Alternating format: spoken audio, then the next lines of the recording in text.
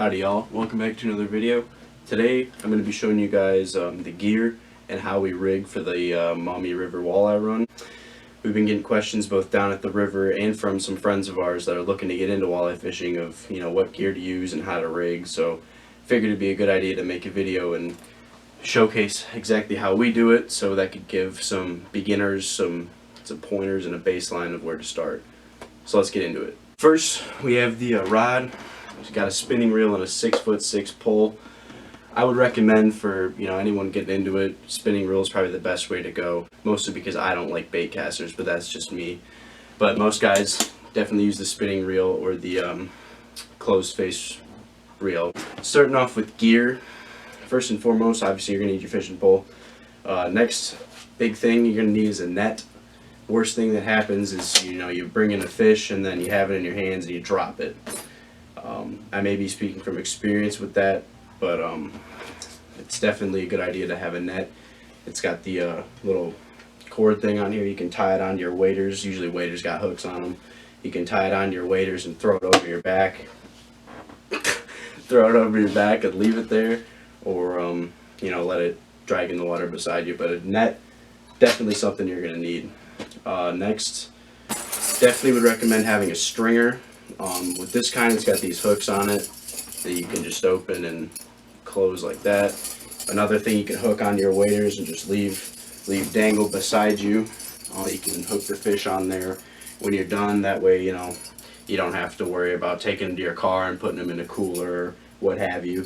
So this is another really handy tool to have when you're walleye fishing. Second, you're going to want to have a spool of line. We use 12-pound mono. This is going to be both either for your rod itself or for tying leaders and stuff. So you're definitely going to want to have line. We'll get into that later.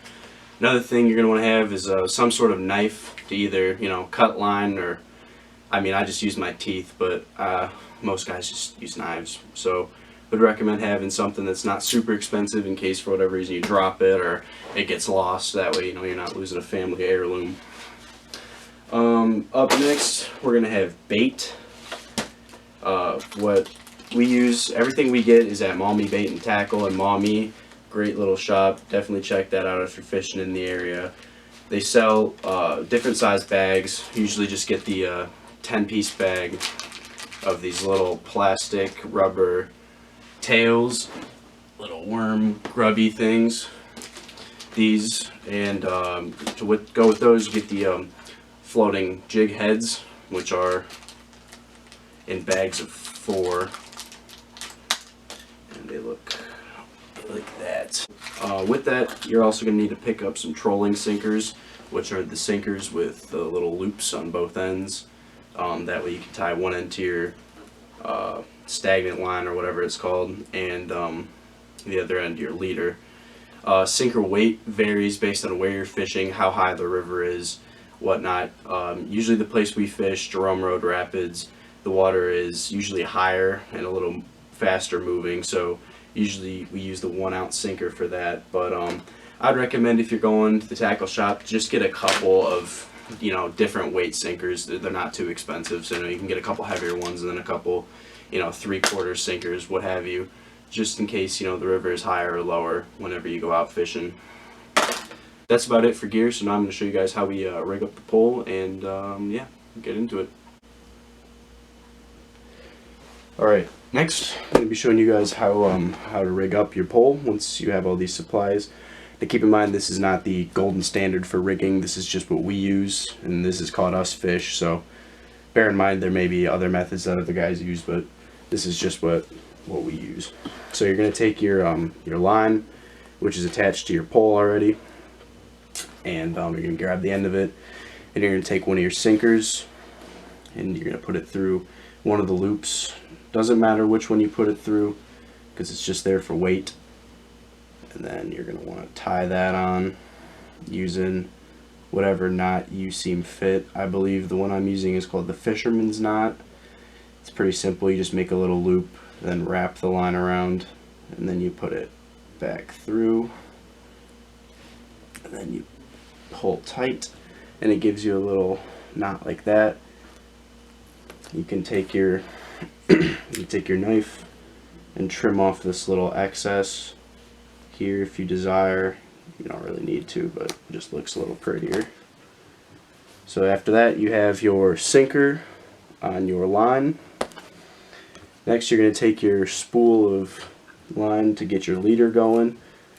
Leader length varies based on, once again, the conditions, whether the water is high or low, but usually we tend to use about 3 to 4 feet, and we just measure by pulling it out and kind of eyeballing it. There's really no, I mean, you can measure it if you want using a ruler or tape measure, but we just pretty much eyeball it. But a decent length, probably arm's length, is probably good.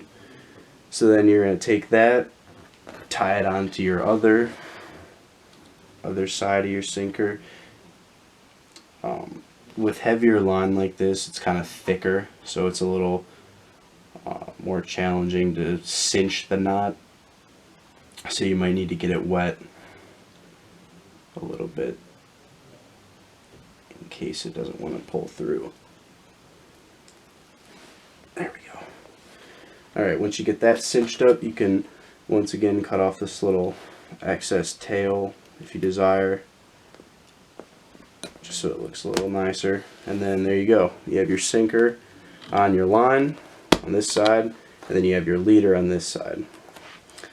So next, you're going to want to take your jig, which you assemble pretty simply. You have the head and the tail, they come separate. Color, once again, is all up to the angler. You can use pretty much whatever colors you want.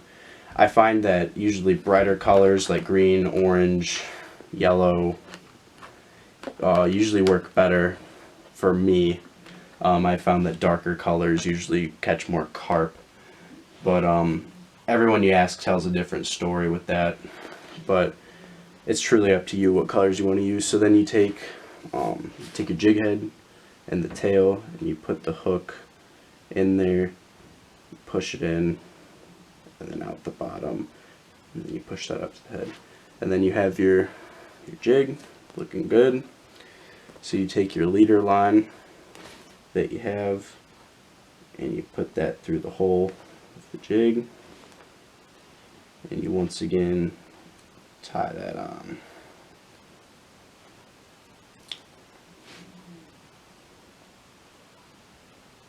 And then with that cinched up, if there's a little excess tail, you can once again cut that off, but in this case it's pretty small, so it doesn't really matter. And that's how we rig. So we have the line with the sinker, the leader line, and the jig. When you cast in, you cast this to the bottom, you'll feel the sinker bouncing along the bottom, so you know your rod tip will be moving. And then you'll know when it's a bite. It feels like any other fish bite, you know, it'll be, it'll go down like that. You know, that was a great description, but you'll know when it's a bite. And then you set the hook, and hopefully you'll reel yourself in a walleye. With that, you should now have a baseline of how to rig for walleye fishing. If you guys have any questions, feel free to leave them down in the comments below, and we'll be happy to answer them. Also, if anybody has any other methods that they use for rigging, feel free to leave those down in the comments. We'll be happy to look at those, and those will be helpful for us and for new anglers. As always, thank you for watching, and good luck fishing.